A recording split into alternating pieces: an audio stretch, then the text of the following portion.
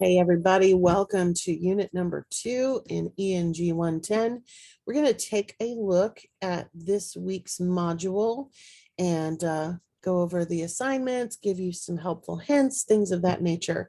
One quick thing too, probably by Wednesday-ish, you should be getting grades on both your discussion boards and your paragraphs that you wrote for unit number 1. It's really important when you get a grade back that in your grade book within Blackboard, you actually click on the grade itself and pull up the feedback. So you want to check two things. You want to check my written feedback, and you also want to check the rubric and see where you scored in each of the categories. Both types of assignments have a rubric that's associated with them. So take a look at that. Use that information to target what to work on for your next set of assignments. So let's share the screen. And we are going to unit number 2. So we're going to be ultimately writing an essay at the end, towards the end of the term. You're going to turn in an argument essay. And in most classes, when you do writing assignments, they are of full essay length, which is going to always mean a body with an intro and a conclusion around it. Typically, we think of kind of the 5-paragraph essay structure. And that's always a good place to start, having 3 kind of subpoints that you want to make and that sort of stuff. But as you write longer and longer assignments for different classes, especially as you advance in your education, essays can be really long. It can be 10, 12, 20 pages, as opposed to a regular standard 5-paragraph essay. The building blocks, though, are the same. And so that's what we're going to be focused on this week is how do you build an essay? And how do you find good, reliable sources to support your points? When we are writing for academic purposes, we want to focus on sources that are academic in nature, which typically means that we will be getting them from the post-university library rather than from the internet at large. Now, that doesn't mean we won't use websites. We absolutely will. But you are going to be exploring and learning how to use the library. And that is where the bulk of your research should come from when you are writing for school purposes. So in the readings and resources this week, you have some information on how to build an essay. One of the things it talks about, and I think I actually even mentioned this last week because many of you have been told over your lifetime that when we write for academic purposes, we should not use first person. And then, of course, the very first assignment in ENG 110 was a first person account of something that happened to you. So it's interesting how we need to make that shift. But it is true that for the most part, you want to avoid first person when you are writing academic papers. And part of the reason is that we know it's what you think. So I like the example that they give here because this is something that people would tend to say. I think masks should be worn. Okay. We know it's what you think because it's your paper, right? So your name's on that cover page. So you don't have to say, I think. You just make your point, and then in the body, you're going to prove that. And you're going to give the statistics and the facts and all those good things to back it up. You do have some reading assignments, of course, from the textbook as usual. So those are linked right here for you. And then you're going to dig into the library. So there's a tutorial.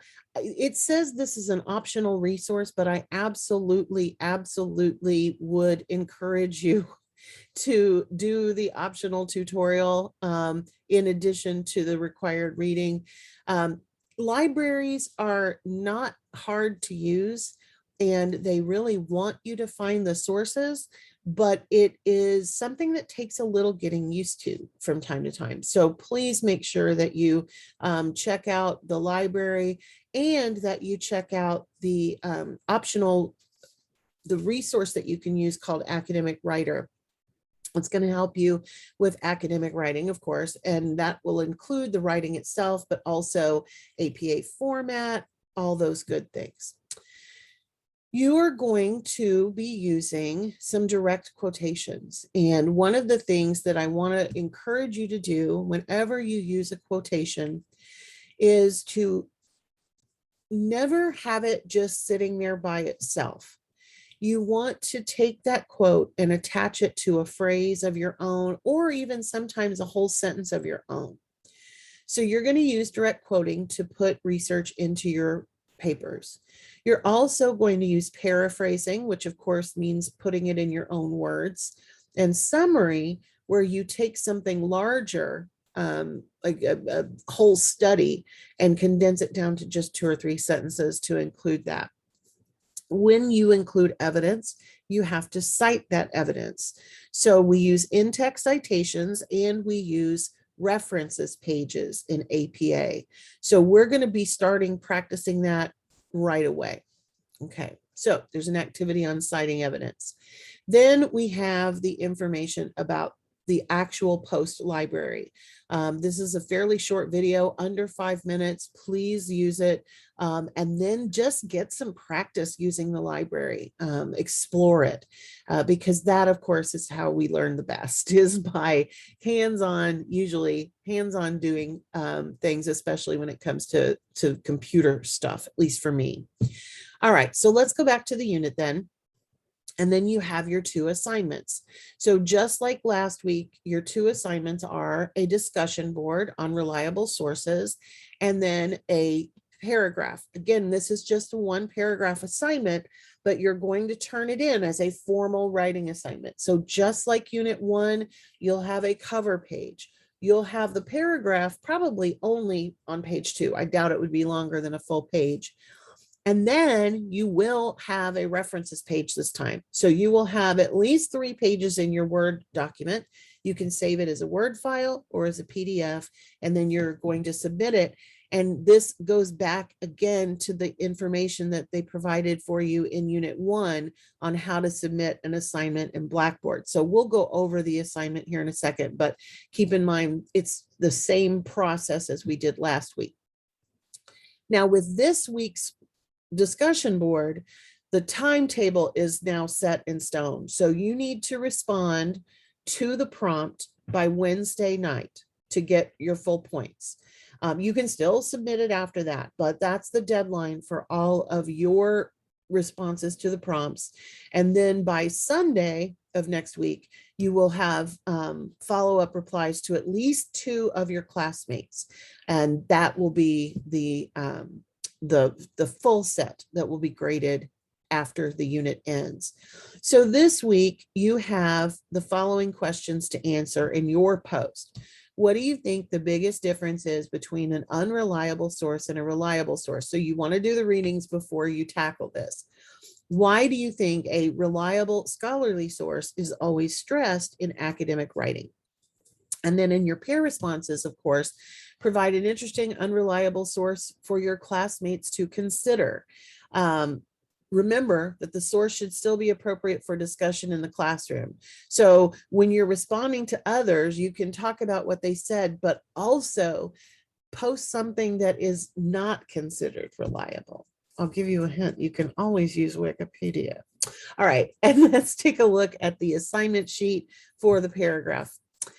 Just like last time, I will encourage you with these assignment sheets. I would, if I were taking this class, I would print this out because I like to check things off and I like to be able to refer back to it early and often. Of course, you can always pull it up on the computer. But for me, if I have it next to me, I am much more likely to take a look at it. You do not have to find an article in the library for this assignment. The article that you are going to use is already provided for you, and it is linked right here. So you're going to first read the article.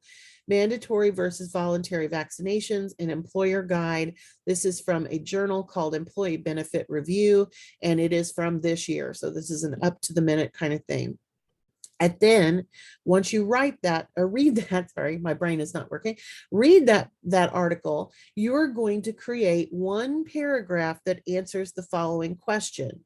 Why or why not should employers require their employees to get vaccinated against the coronavirus? Now, You can agree or disagree with the article, but you still want to use at least one direct quotation from that article in your paragraph. If you disagree with their main point, then you can use a quote and then argue against it. If you agree with it, of course, you can make your point and then use a quote from them to back you up. Okay. With that, you are going to follow all the normal rules of writing. Begin your paragraph with a clear topic sentence. Avoid I, you, me, us, we, those kinds of things. You are going to have the quotation somewhere near the center of your paragraph. So not at the very beginning, not at the very end. You're going to include the direct quote, and then you are going to include the in-text citation, and it's already provided here for you. So you don't have to worry too much about how to do it. You just need to make sure you put it there. So it will say Carter, because Carter is the author, 2021, and then the P here stands for paragraph. So you'll need to count down and figure out which paragraph number you have chosen to quote. What sentence you've quoted comes from what paragraph, and that number will go there instead of the pound sign. And then, of course, you'll follow up the quote, kind of bring it back around to your main point again. As usual, you're going to have a Microsoft Word document or a PDF. I've mentioned this. You'll have a title page. You'll have the paragraph double spaced, and then you'll have the reference page, which in this case will only have one item on it. But there you go. It's right there. And this is an exact replica of what the APA citation looks like for the source that you are citing. So you don't have to figure out how to do that citation, and you don't have to figure out too much about the in-text citation other than figuring out which paragraph you have used. So there you go. All right. And remember that template back in Unit 1 does have a reference page that already has the hanging indent set up and all that good stuff. So feel free to use that. Here is the rubric, of course, that the assignment is graded by, and that is good to look at both before and after you receive a grade, because you can kind of target areas that you want to make sure that you cover. For example, a big part of this assignment is having that direct quote. That's worth 25 points. So if you don't have that, that's going to cost you, some pretty major points. So the rubric is helpful for once you get the grade back, for understanding how you did, but it's also helpful in your planning the attack, so to speak, of making it. So as usual, if you have any questions, please feel free to reach out. We have, of course, the Ask the Instructor discussion board for public questions, and you can also always reach out to me via the Fuse number, particularly during office hours. If it's not during office hours, I would just use your email and shoot me an email, because I do check that all the time. I'm near a computer almost all day, every day. So I usually answer emails very, very quickly. So everyone, I hope you have a great week too. And I'm looking forward to reading more stuff from everybody. Everybody take care.